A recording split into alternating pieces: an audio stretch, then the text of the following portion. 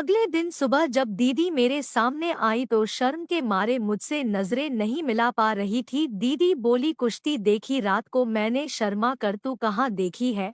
और आप जो गंदी हरकत कर रही थी वह भी देखा? आपा बोली, कौन सी गंदी हरकत? मैंने कहा, ऐसे कौन प्यार करने की चीज को मुंह में लेता है? दिल ने कहा, अरे रुबीना, यही किस करने की चीज तो जन्नत का सुख देती है। जब तू खुद प्यार नहीं करेगी तब तक तुझे कुछ समझ नहीं आएगा। अभी तो बस तो दूर से ही सबक सीख रही थी। इसके बाद हम लोग अपने रोजमर्रा के काम में लग गए। दोपहर को दीदी सो रही थी और मैं टीवी देख रही थी, तभी जीजू घर पर आ गए। उन्हें देखकर मुझे उनकी रात वाली हरकतें याद आ गई और मुंह छुपाकर उनके लिए पानी लेने चली गई। मैंने उनको पानी दिया तो वह मुस्कुराते हुए बोले, और सुनाओ रुबीना, कुश्ती में मजा आया या नहीं? मैं घबरा उठी। मैंने कहा, आप कौन सी कुश्ती की बात कर रहे हैं? जीजू ने कहा, अरे जो तुम खिड़की के कोने से देख रही थी। आपको कैसे पता चला? जीजू, अरे तुमने गलती से पर्दा हिला दिया था और मुझे पता चल गया, इसलिए तो मेरा जोश और भी बढ़ गया था। मैंने कहा, आप तो बड़े बेशर्म निकले जी, देख लिया तो खिड़की बंद कर लेनी थी ना? जीजू ने कहा, अरे मैं तो खिड़की पूरी खोलना चाहता था ताकि तुम ठीक से सब कुछ देख सकूं। मैंने कहा, माफ कर देना जीजू, मैं तो बस देखना चाहती थी कि शादी के बाद मुझे क्या क्या करना पड़ेगा। जीजू ने कहा, तो सब सीख लिया क्या तुमने? मैंने कहा, हाँ जीजू, कल रात को सब कुछ देख लिया। जीजू थोड़ा सीरियस होते हुए बोले, देखो रुबीना, कल जो तुमने देखा वह सब कुछ नहीं था, इसके अलावा भी बहुत कुछ होता है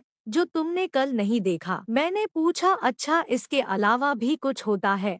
वह सब कैसे पता चलेगा? तभी मेरी दीदी कमरे से निकलकर आई और जीजू से बोली, तुम भी न बेकार में रुबीना को परेशान कर रहे हो। रुबीना तू चिंता मत कर, मैंने तेरे जीजू को पहले बता दिया था कि तुझे प्यार के बारे में सीखना है। मैं आश्चर्य में पड़ गई और बोली, हाँ जीजू को सब पता था, फिर भी उनको फर्क नहीं पड़ा। दीदी बोली, अरे फर्क भला क्यों नहीं पड़ा? उनको पता था कि तू सब देख रही है, इसलिए तो यह भी जोश में आकर उछल उछल कर मुझे प्यार कर रहे थे। मैं बोली, यह प्यार तो बहुत दर्दनाक चीज है, मुझे तो सोचकर भी डर लग रहा है, मैं नहीं करूंगी निकाह। दीदी बोली, अरे तू चिंता मत कर, तेरे जीजू तुझे इतना एक्सपर्ट बना देंगे कि निकाह के बाद तुझे जरा भी तकलीफ नहीं होगी। मैं जीजू की तरफ देखते हुए बोली, सच्ची जीजू आप सिखाएंगे क्या मुझे? लेकिन कैसे सिखाएंगे? घर में किसी को पता चल गया तो हम सब को जूते पड़ेंगे। दीदी बोली, आज रात को मैं तेरे बिस्तर पर सो जाऊंगी और तू मेरे कमरे में चली जाना, किसी को कुछ पता नहीं चलेगा। इतने में मेरी अम्मी ने आवाज लगाई तो हम सब अपने अपने काम में लग गए। रात हुई तो दीदी मेरे कमरे में आ गई और मेरी जगह चादर ओढ़ कर लेट गई। मैं चुपचाप दीदी के कमरे में चली गई। मेरा पहला मौका था तो मेरे कलेजे में धक धक हो रही थी, लेकिन प्यार के बारे में सीखने की चाहत ने मुझे संभाले